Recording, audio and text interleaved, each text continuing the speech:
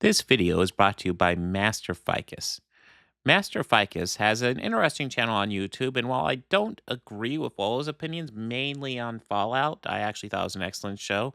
He does present his case in a very thoughtful way that I definitely appreciate. And he is definitely way more familiar with the games than I am, so he has that going for him. I highly recommend you check out his channel. It'll be linked below. No matter what you say about Disney from this point on, anybody who says Disney's anything but a conservative company is lying. Disney is a very conservative company. They always have been. They always have been. The only reason they'll give like little crumbs to LGBTQ is because they thought it would make them money. And if there's the slightest whiff in the air that won't make them money, they will run away.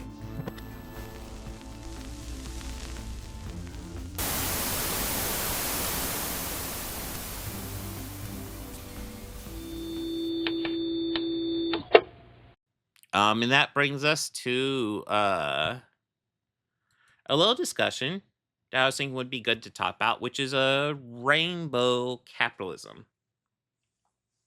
Now, chat, you're welcome to talk about if you can think good examples of rainbow capitalism that maybe I won't think of. Feel free to drop them in there because rainbow capitalism's an interesting thing. And let me go ahead and go into a massive case that just opened up. So, Disney reportedly pulls Marvel's Moon Girl and Devil Dinosaur episode over trans athlete story. Artist's implied decision was made over a political climate. So apparently, I was looking into it. I've not watched this series. Apparently, there's a character that is trans that has been in the series, but has not been identified as trans yet. And there was an episode made to identify that character as trans, and it got pulled. We'll go ahead and dive a bit into this story because I think it's good to go into the details and see what's going on exactly. An unreleased episode of Marvel's animated series Moon Girl and Devil Dinosaur won't air on Disney Channel over its politically sensitive LGBTQ themes. People who worked on the show say the episode is about the recurring character Brooklyn, a trans classmate of Lunella Lafayette, aka Moon Girl, competing in a girls' volleyball game, and a narrow-minded coach who tries to have Brooklyn barred from playing.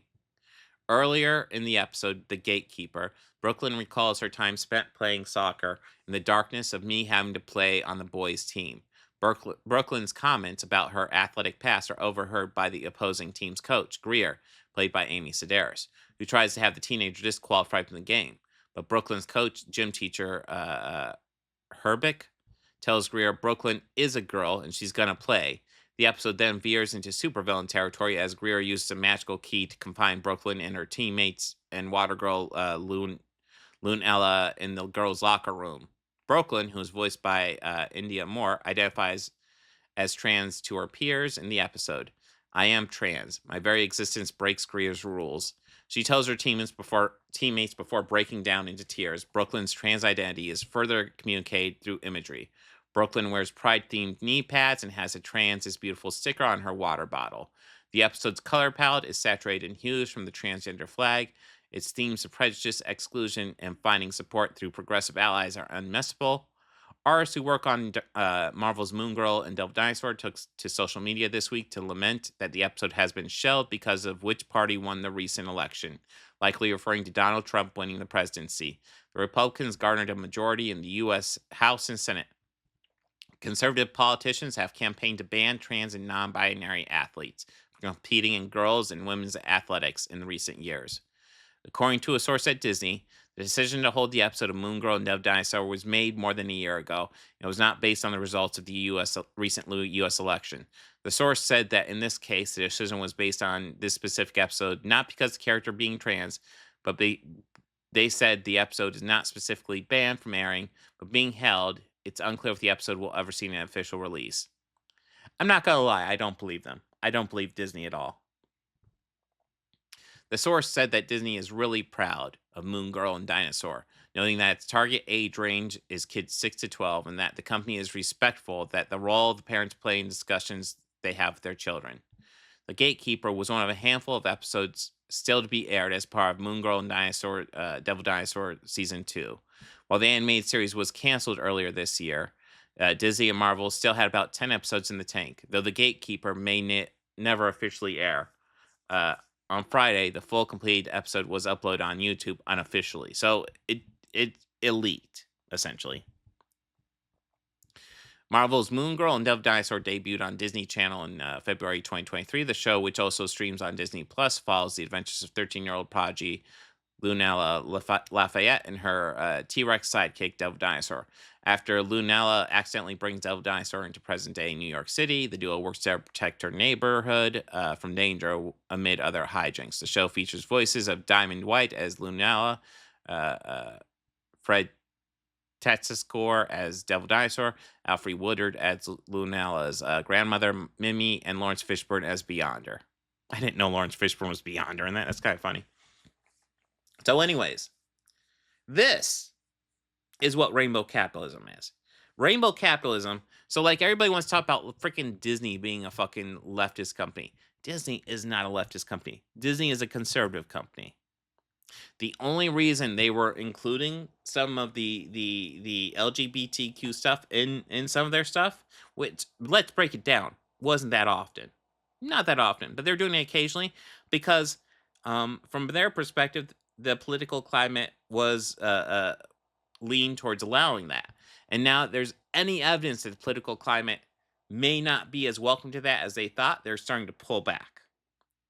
That's rainbow capitalism. Because if Disney were actually an ally, if Disney actually cared about supporting this stuff, like all the chuds say, Disney likes to support this stuff over making money. If that were true, they would air this episode. They would, because Disney would just be an ally then. But the fact is, Disney is not an ally. That's what rainbow capitalism's all about. They're there to support you if they can make the money. The second it doesn't make the money, they're out. They do not care. You know, that's the thing. So like everybody wants to talk about the scene in Rise of Skywalker. Let me see if I can track that down real fast actually. Here we go. So what we have here in Rise of Skywalker is a very brief same-sex kiss between two girls at the end. Now, is this rainbow capitalism? Not inherently by itself. You could argue it's kind of tokenism. These are two characters we've never fucking seen before. But, you know, I mean, I would argue tokenism is better than nothing. But this by itself, I won't call rainbow capitalism.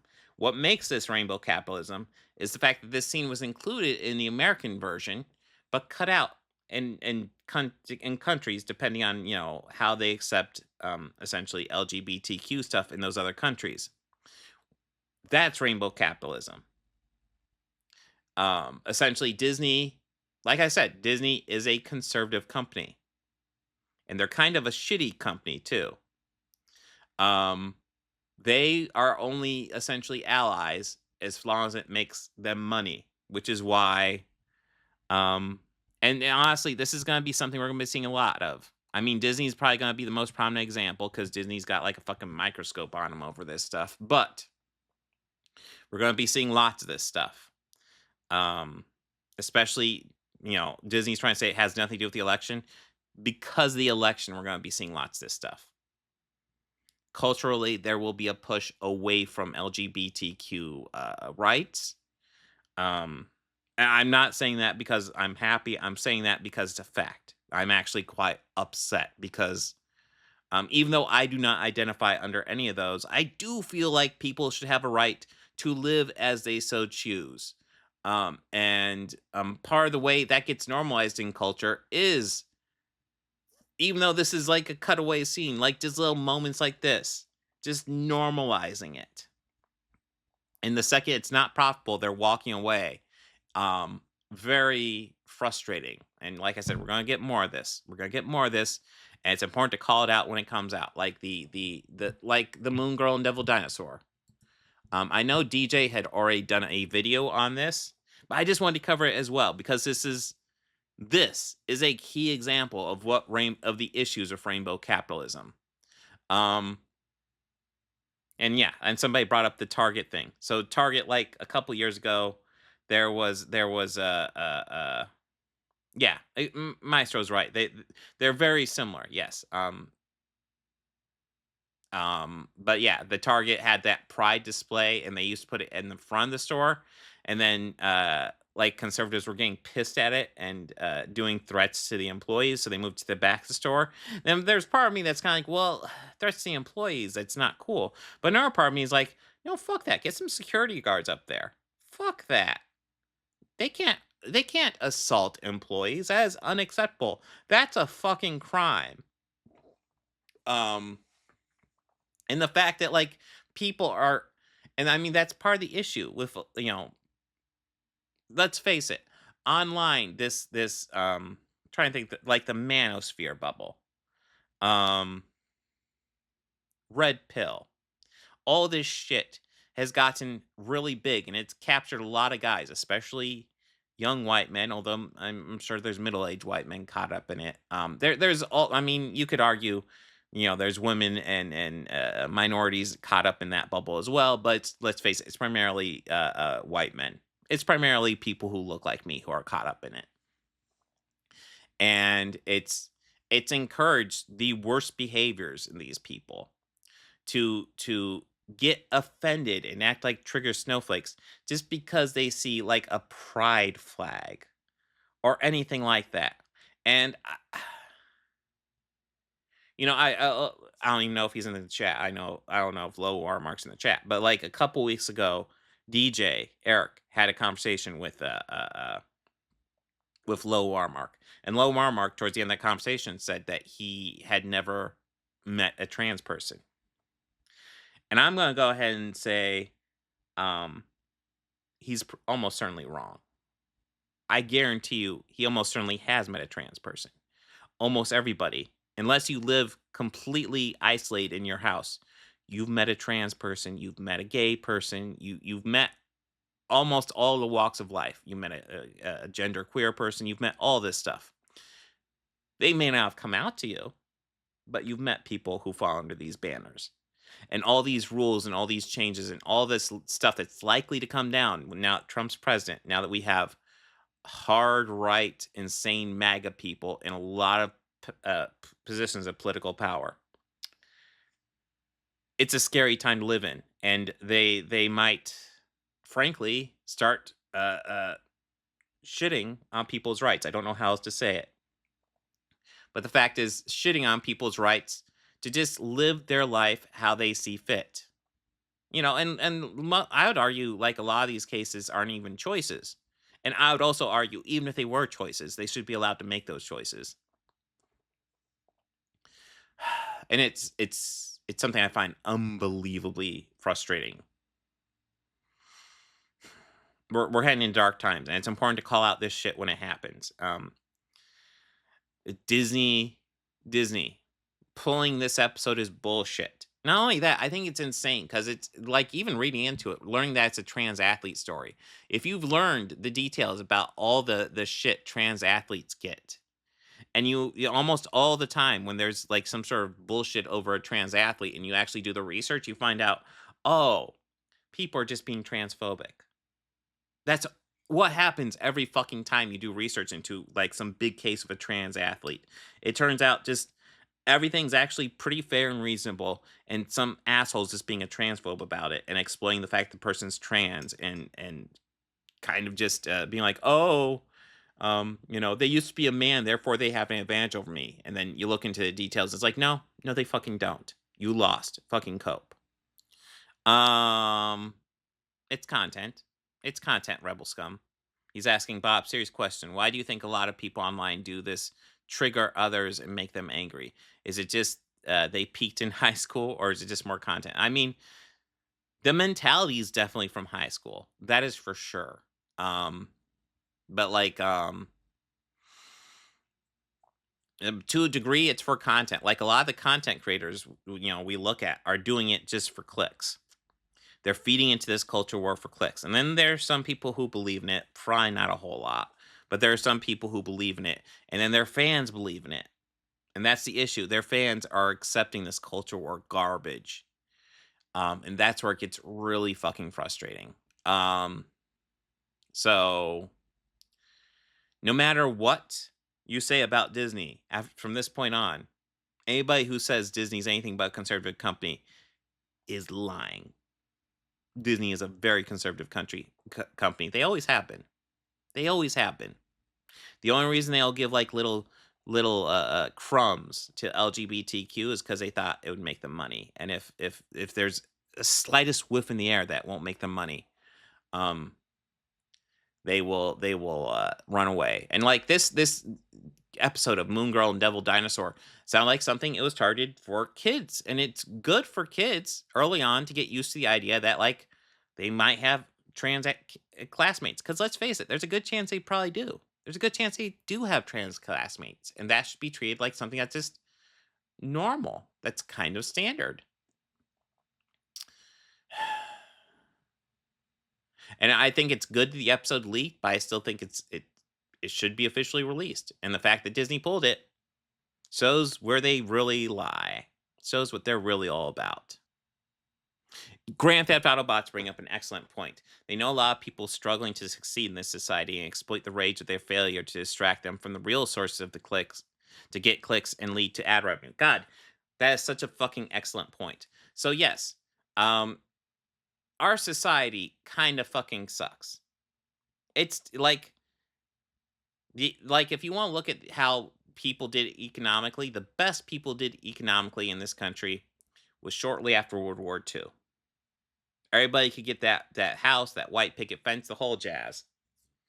And also, if you look into it, part of what made that time period different was there were very heavy taxes on the uber wealthy at that time period. That allowed the middle class and even just allowed solid safety nets for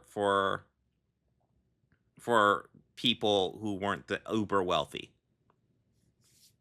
Since then, the uber wealthy have bought politicians and had those safety nets, or yeah, they've had those safety nets cut, but they've also given those cuts to themselves. So, like, why give poor people a safety net when we can give Elon Musk another $1 billion? That makes sense, right? Because partially because, and it got really bad during Reaganomics, because was that trickle down economics, which is bullshit. The whole idea of trickle down economics is give money to rich people and then hope that trickles down below. And it never fucking works that way. You just give money to rich people and they hide it in the Cayman Islands or whatever the fuck. It's ridiculous. And people are really having trouble struggling in this economy, and the rich are happy to pump money to make into media to make fake enemies for people to get upset at. So if you're having trouble struggling in this economy, oh, it's the immigrants. You know what it is? It's the fucking women taking jobs from me. Oh, you know what it is? It's all this gay shit that they're forcing out there, and they're kicking out the white man because they're force out that gay shit. All these bullshit narratives. When in reality, it's rich people fucking us over. It's that fucking simple. And it's frustrating that so many people will just ignore clear evidence of what's actually happening just to go after people who are, frankly, in quite a bit weaker situations than they are. It drives me insane. Somebody's upset because an immigrant's taking your job. An immigrant. The reason lots of times immigrants are hired, is illegal immigrants mainly, are because they don't have to follow wage laws. They're paid under the table and they make less than minimum wage.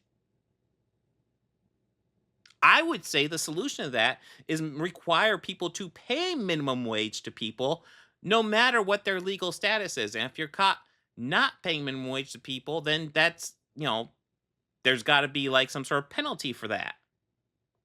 And I'm sure there technically is one, but it's like surface level. But yes, they make all these fake enemies, and then people just go with it. So, anyways, you got me on a rant there, but The actual problems of our society don't have to do with immigrants. They don't have to do with LGBTQ people. They don't have to do with people just trying to live their best life. They have to do with rich people essentially trying to take as much as they can. Rich people who are so ridiculously rich, they don't need any more money, but they still are taking it because they suck. I don't know what else to say. It's almost like being rich is like this brain virus that just fucks with your mind and makes you think you have to do everything you can just to earn more money. It's part of a capitalism thing too, and you could argue that as well, but it's frustrating. The world is a very frustrating and rough place to live in right now. And targeting immigrants and all these other people, it's not helpful. But of course, that's part of what these guys feed on. That's what we're going to look into a little bit here. So, going back to what I originally pulled up here. Yes. Oh, yes. So if we want to get into other stuff, we talk to Citizens United, which is part of the issue as well. By the way, I believe even Ruth Bader Ginsburg voted for Citizens United, which was one of the worst rulings ever. I want to double check that before I say that. But Citizens United said that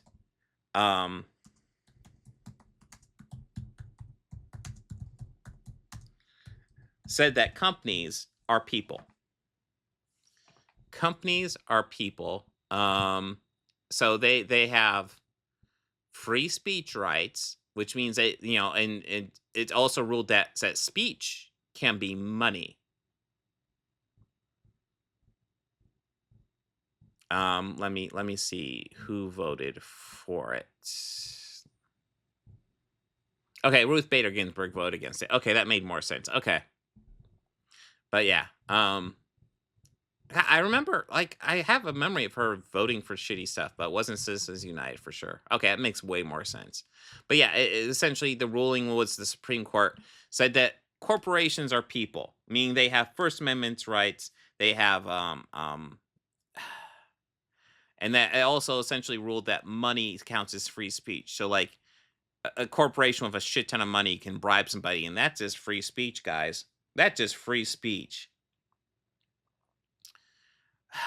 Which is disgusting, which is absolutely disgusting. Yeah, we're dealing with rich people who have like, I can't even begin to tell you guys. So, have you ever thought about what $1 billion is? A billion. Let me see if I can pull up that thing. Okay, so it looks like this is a good a website that'll kind of show. So, according to Forbes, as early as March 2023, there were 2,640 billionaires worldwide, 735 in the US alone. These billionaires each have amassed at least $1 billion worth of assets, including stocks, real estate, and cash, many of them much more than that. But just how big is 1 billion? A number that is so large it's hard to conceive of. Well, it's a billion, uh, uh, 10 to the ninth power, 1,000 millions. That might help some, but not much. How big is a million? Hard to say when we're just imagining it in our heads, looking at figures on a page. Wealth is also fairly abstract. What can $1 buy? Well, how is a dollar earned? And what about 1 billion? And what does it look like? Well, let's break it down.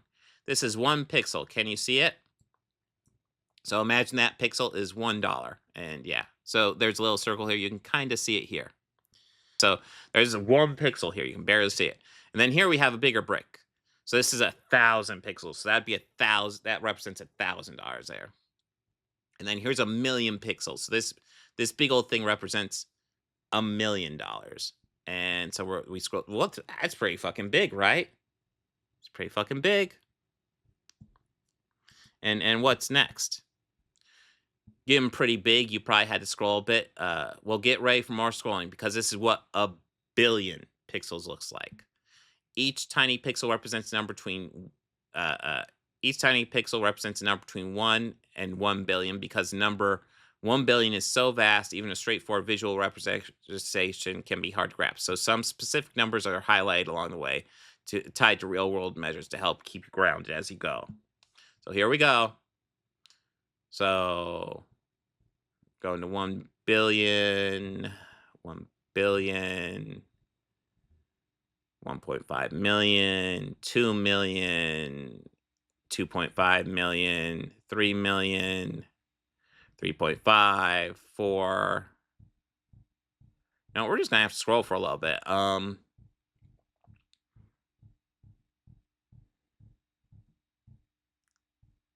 10 million. We're at 10 million now.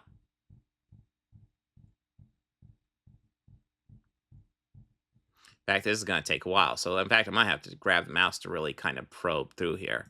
So we're at 32 million here. 69 million. 138 million. 200 million. And I'm having to grab the cursor and drag this because if I just did this normally, it would just take forever.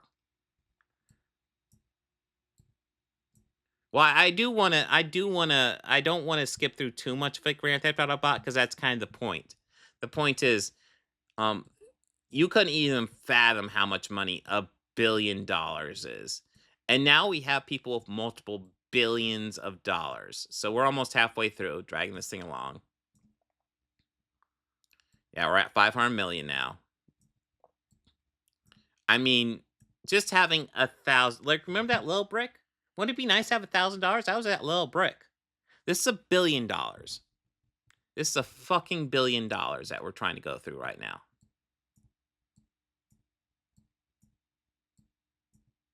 So, like, there are people like Elon Musk, like Jeff Bezos, like Bill Gates, like George Soros, like Charles Koch.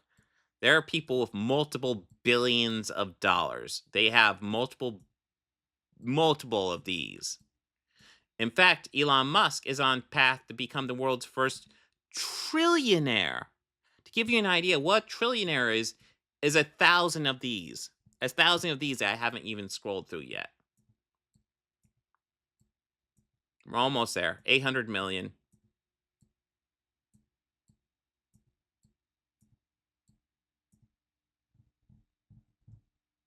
$900 million. Yeah, we'll go through the last little bit. Actually, no, I can't go through the last little bit because this is going to take too long. So I still have to skip through a lot of this.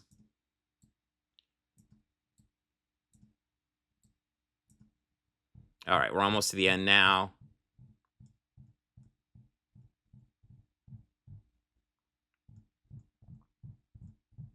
Almost there. There we go. That's a brick of 1 billion pixels. To give you an idea, $1 million is enough to live the rest of your life happily and never work again. A billion is 1,000 $1 million. If we actually get to trillionaires, that's 1,000 billion dollars. These people have so much fucking money, they don't even know what to do with it. Like, what do you buy with this much money? What is there even to buy? The fanciest cars, the fanciest houses cost in the millions. Nothing costs $1 billion. Nobody needs $1 billion. This is why I firmly believe there should be no billionaires. The second you get $1 billion, congratulations. You know, maybe we make you a little trophy saying, congratulations, you won capitalism. Here's your trophy. We're taxing everything you make after $1 billion. Because you don't fucking need it. Did you skip ahead? I don't blame you. It would take about 15 minutes to manually scroll to get from the top of a 1 billion pixel rectangle to the bottom. If this rectangle with these margins was printed out on standard letter size paper, it would comprise a volume of about 844 pages. Heavy lifting. Some of the numbers above reference money, but dollars are also abstract. Now that we have a better sense of the size of 1 billion, now let's look at 1 billion. Look at what $1 billion can buy. The yearly budget of St. Louis, Missouri is about $1 billion. Here's a rough breakdown of what St. Louis spends that $1 billion on annually. So there's a lot in other. 600,000 of it goes, 600 million of it goes into other. And it breaks down all these other things. These represent the needs of a whole city. But what are the needs of the average American? The average American household spends $87,000, spent $87,000 in 2021. Thousand. The average American household, thousand. Less than $100,000. And breaking it down, it's mostly on housing, transportation. These two values barely comprehensible. Now consider the individual buying power of a billionaire. The average American household spent $87,000 in 2021. The $1 billion that St. Louis spends is the sum of collected taxes and fees from the people living and doing business there. Meanwhile, most non-billionaires cover their expenses by exchanging their time in a form of hours spent working for money. This means dollars don't represent buying power. They also represent time. Another way of thinking of the example above is that a single billionaire could afford to live comfortably in America with no additional income for over 11,000 years. That's a long-lived billionaire. Let's look a little closer to see how much time is worth. The federal minimum wage in America is about $7.25 an hour, which it hasn't changed. That's about $58 a day, about $14,500 a year. If you worked full-time from age 18 to 68 a minimum wage, you'd earn about $725,000. To earn $1 billion, you'd have to work more than 1,379 lifetimes. Think what you could accomplish. That's about 70,000 years of working nonstop. For reference, 70,000 years ago, human beings were just beginning to migrate out of Africa. $1 billion represents an enormous amount of time and work by an enormous amount of people. It is magnitudes more than what we consider rich in this country. It's enough to fund a small city for a year or hire an army of workers. And whereas the American government is sustainably accountable to the public and has a mandate to reinvest the funds it collects towards a democratic determined common good, a private individual has no such oversight or obligation. One person with all that social power, that's a big deal. And now think about it. So St. Louis has a budget of $1 billion. Elon Musk has multiple billions of dollars. The difference between St. Louis and Elon Musk is even though St. Louis has less, St. Louis actually has responsibilities towards the people that live there. We can debate whether or not it's doing allocating those funds properly, but it has responsibilities. Elon Musk just has $1 billion. Unless people be like, well, he used it to invest in his company. No, he doesn't. Because the money he invests in his company is not money he has. That would not count towards his $1 billion. When he is a billionaire about ready to become a trillionaire, that's different than the money his company makes. That's different. Then again, big and small is always a matter of perspective. All right, so here we have some of the wealthiest people. Elon Musk has got the biggest bubble. Jeff Bezos is pretty big as well. Warren Buffett. Bernard Arnault and family. I've not heard of them. Larry Ellison's quite big. And then what's this little bubble? That's just $1 billion. That's the bubble of $1 billion. So all these guys have so many billions of dollars. At least we get a sense of what $1 billion looks like, and we can adjust our perspective more easily. Nobody needs $1 billion. Nobody. No company, no person. I'm fine with a city as long as it spends it well having $1 billion, but that's probably about it. And that's ridiculous. That is ridiculous. And this is the actual problem with our society. The actual concrete issues of our society. It's not, there's too many pride flags in stores. It's not, there's too many immigrants in Springfield, Ohio. It's not too many people crossing the border in Mexico. These are distractions. They are distractions. This is the problem with our society.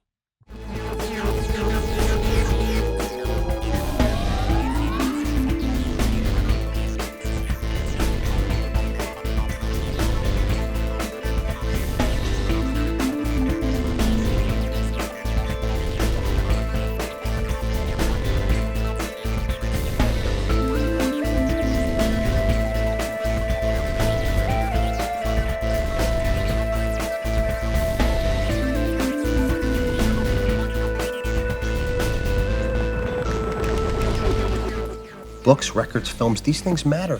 Call me shallow. It's the fucking truth.